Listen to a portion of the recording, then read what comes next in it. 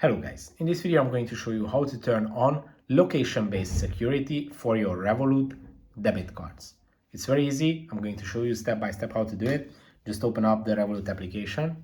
Once you're inside the app, go to the home page. On the home page, go to the top right corner where it shows you this card icon.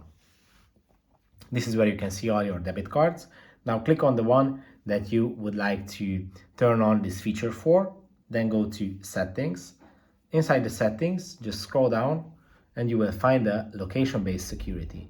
And you have to turn this on. And this way, your card is going to be protected. If someone is trying to make a payment with your physical card in a different location where you are right now, based on your phone GPS, it is going to block the transaction and ask you if you really wanted to make this transaction. If this video was helpful for you, please consider sending a super thanks donation.